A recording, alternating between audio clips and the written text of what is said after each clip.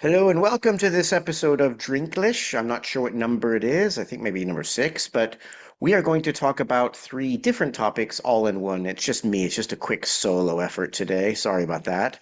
I have got today a glass of wine. It's just a cheap local Austrian red that was actually on special offer, buy one, get one free. Or as some people say, BOGO, buy one, get one. We are going to talk about some acronyms today. We're going to talk about some prefixes, kind of, and words that kind of only exist in prefix. And we're also going to talk about phrases that are only used in the negative form.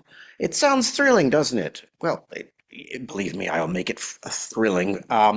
Let us start with some acronyms because there's a bunch of them as a kind of a cranky old Gen Xer. Ha ha, I like to use that joke. By the way, I have to keep the microphone a little bit close to me because otherwise the sound quality is pretty shaky. A cranky old Gen Xer like me has a different sort of vocabulary of acronyms from younger people. So do not laugh at me if I start LOLing. Haha, no. But there's a really cool one I learned just the other day I'm going to tell you about in a minute. And I like this. And it was new to me. I'm curious if it's new to my younger listeners. But we all know about FOMO, fear of missing out, and JOMO, which you should be embracing, the joy of missing out. BO is another favorite, body odor. Here's just a little FYI for your information. ASAP, ASAP. YOLO is another one. Are people still using YOLO? You only live once? I don't know. What about a little bit DIY? I am hopeless at DIY, do it yourself. I can't fix a damn thing. I've got no savvy or skills for that. Oh, what do loving couples like to say? A bit of TLC, tender loving care. And these days, the ones I seem to be using a lot are TBH and TBF. To be honest, to be fair, notice a couple things there. Sometimes we spell it out like FYI, TBH, TBF. We're not going to say like or DIY, D for DIY, do it yourself. Others will say it. We will say a bit of YOLO or I suffer from FOMO. Please do this ASAP, people would say. But the one I learned the other day, I guess, is popular in the Gen Z world. It's FAFO, FAFO. And this apparently applies to young Gen Z and their investment strategy, with the way they approach the markets, even life to a certain extent. FAFO, around and find out. In other words, they sound a little bit like me. They've got no idea what they're doing, but they're just taking chances and seeing what happens. So FAFO, I like that. Again, maybe it's old news and maybe I'm just behind the times, but there you go. Part two, I want to talk a little bit about interesting words where there seems to be a prefix attached to it, but there is no opposite. Or if there is an opposite, it's barely used. And what I mean is a nice word like inevitable. Technically, you can say evitable, but you rarely hear it. So it only seems to exist in this negative form, as in conflicts in life are inevitable, right? They are going to happen. There's no avoiding them. There's no eviting them. We don't say that, though. We don't say eviting.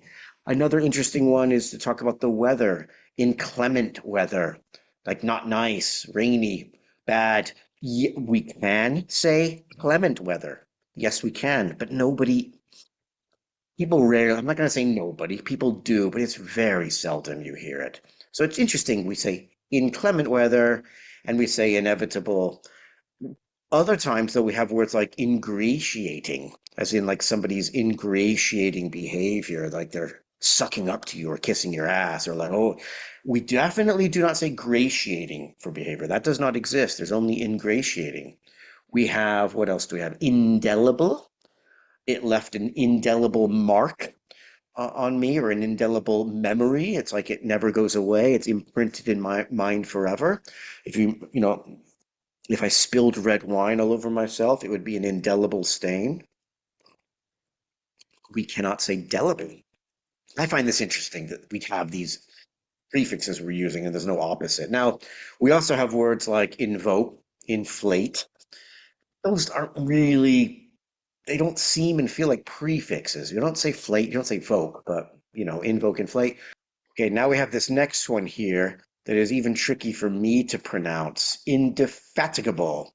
Indefatigable. I like this one. Indefatigable. We don't say defatigable, only indefatigable. What do you think that means if you look at that word, the spelling, the F-A-T, the fatigue, looks a bit like fatigue. I'm fatigued, I'm tired. You can be an indefatigable campaigner and an indefatigable fighter. You're determined, you never give up, you never admit defeat, you never tire. Yeah, an indefatigable warrior. So those are all interesting words that we don't really have an opposite for.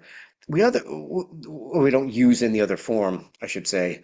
Other interesting words, if we're going back to weather, like inclement, overcast. It's an overcast day. It's gray. It's hazy. You don't say it's a cast day.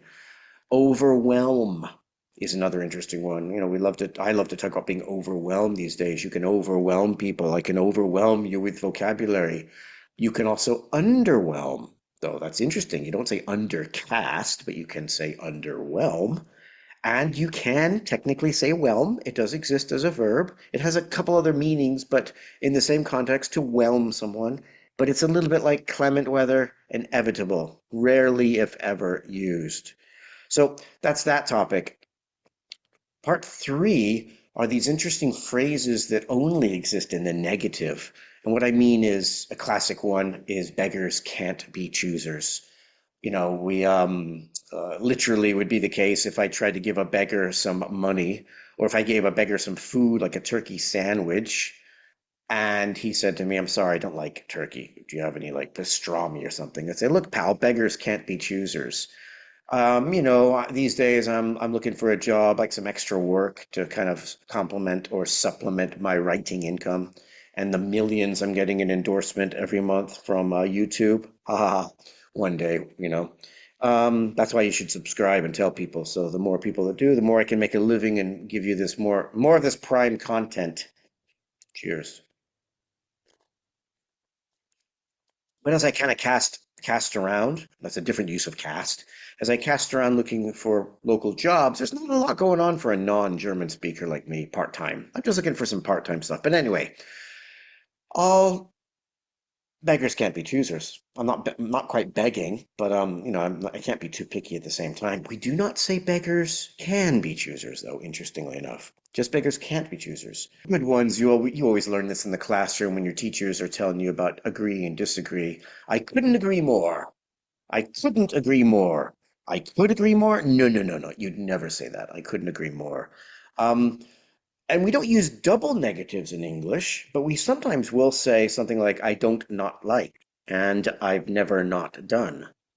So if somebody says like, oh, why don't you like apple pie off the top of my head? Why don't you like apple pie? Oh, no, no, no. I don't not like apple pie.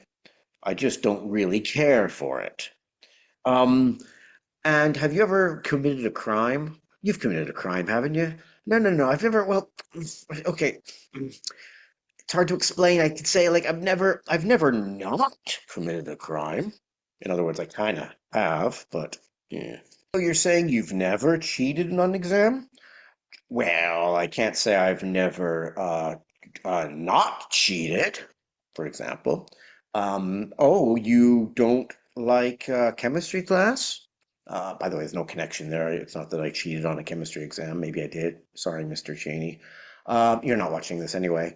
But I, I didn't like chemistry. Well, chemistry is, I didn't not like chemistry, but it wasn't exactly my favorite subject in the world.